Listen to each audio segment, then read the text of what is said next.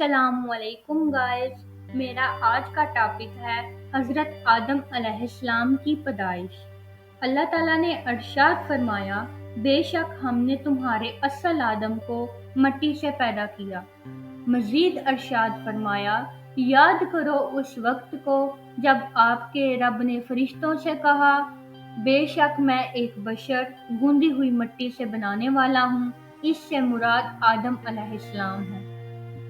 اس مقام پر بشر سے مراد ایسا انسان جو ظاہر چمڑے والا ہوگا، اس پر بھیڑوں کی طرح اون نہیں ہوگی، بکریوں کی طرح بال نہیں ہوں گے، اونٹ کی ملسی کی طرح اون نہیں ہوگی، پرندوں کے پروں کی طرح پر نہیں ہوں گے، پھلوں کی طرح اس پر کوئی چھلکا نہیں ہوگا۔ ارشاد باری تعالیٰ ہے، بے شک ہم نے انسان کو چپکتی ہوئی مٹی سے پیدا کیا، جس میں آدم علیہ السلام کے لیے مٹی لی گئی۔ کون سی مٹی تھی؟ کیسی تھی؟ آدم علیہ السلام کے جسم اطہر کی تخلیق کے لیے مٹی لانے کے لیے حضرت جبرائیل علیہ السلام کو زمین پر بھیجا گیا۔ آپ جب تشریف لائے تو زمین سے مٹی لینے کا ارادہ کیا تو زمین نے بڑی عاجزی و انکساری اور گریہ زاری سے عرض کیا کہ میری مٹی سے بننے والے شخصوں نے اگر خون ریزیاں کی یا وہ جرائم کیے جس وجہ سے جہنم میں گئے تو مجھے تکلیف ہوگی۔ حضرت جبرائیل علیہ السلام زمین کی عاجزی کو دیکھ کر واپس چلے گئے اور اللہ تعالیٰ کے حضور تمام ماجرا بیان کیا۔ اس طرح اسرافیل علیہ السلام بھی آ کر واپس چلے گئے اور میکائیل علیہ السلام بھی آ کر واپس چلے گئے۔ ان تمام کے بعد اسرائیل علیہ السلام اس مٹی کی خدمت میں پیش ہو گئے۔ زمین نے وہی عاجزانہ گفتگو کی، لیکن آپ نے کہا، میں تیری بات تسلیم کروں یا اللہ تعالیٰ کے حکم پر عمل کروں؟ مجھے اللہ تعالیٰ کا حکم ہے، اس لیے میں نے تو مٹی ضرور ہی لے کر جانا ہے۔ آپ نے زمین کی انکساری کی وجہ پر کوئی توجہ نہ دی، بلکہ ارشاد باری تعالیٰ کے مطابق زمین سے مٹی لے کر رب تعالیٰ کے حضور حاضر ہو گئے۔ اس وجہ سے اللہ تعالیٰ نے روح قبض کرنا بھی ان کے سپرد کر دیا۔ ایسا نہ ہو کہ جبرائیل، میکائیل، اسرافیل میں سے کسی کی ذمہ لگاؤں تو روح قبض کرنے کے لیے جائیں تو اس کے اقربا بیوی بچوں کو روتے ہوئے پا کر اسی طرح چھوڑ کر نہ آ جائیں۔ اب میں آپ کو بتاتی چلوں کہ وہ مٹی کیسی تھی، کیسے لی گئی۔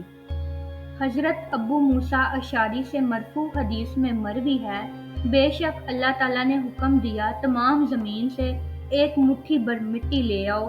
اس مٹی میں ہر قسم کے زراعت شامل کیے گئے، سرخ رنگ، سفید رنگ، سیاہ رنگ اور ان کے درمیان رنگ والی مٹی لی گئی۔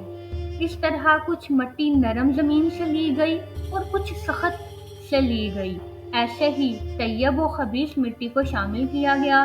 جتنے قسم کے رنگوں والی مٹی آپ کے جسم میں لگائی گئی، آپ کی اولاد میں اتنے ہی رنگ پائے جاتے ہیں۔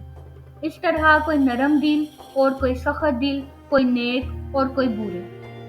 بعض حضرات نے بیان کیا کہ حضرت آدم علیہ السلام کی مٹی میں 60 قسم کے رنگ شامل تھے، وہ تمام آپ کی اولاد میں پائے جاتے ہیں۔ اب میں آپ کو مزید بتاتی چلوں کہ زمین میں چشمے کیوں جاری ہیں۔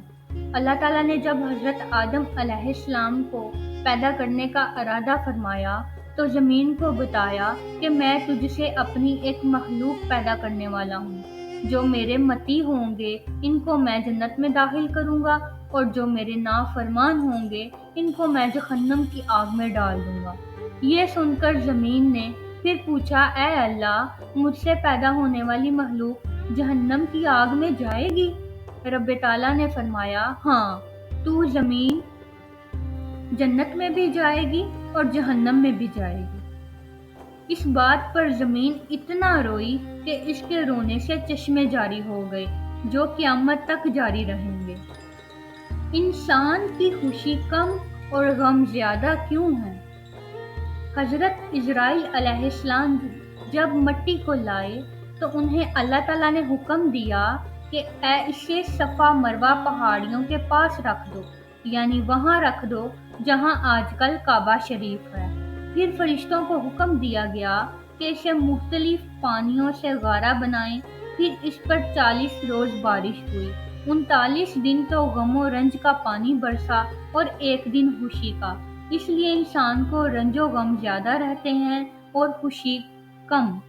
پھر اسے مختلف ہواؤں سے خشک کر کے کھٹکنے والی مٹی بنا کر اللہ تعالیٰ نے خود اپنی قدرت کاملہ سے آپ کے قالب کو تیار کیا۔ مزید انفارمیشنل ویڈیوز کے لیے میرا چینل سبسکرائب کیجیے اور ویڈیوز لائک کیجیے۔ جزاک اللہ۔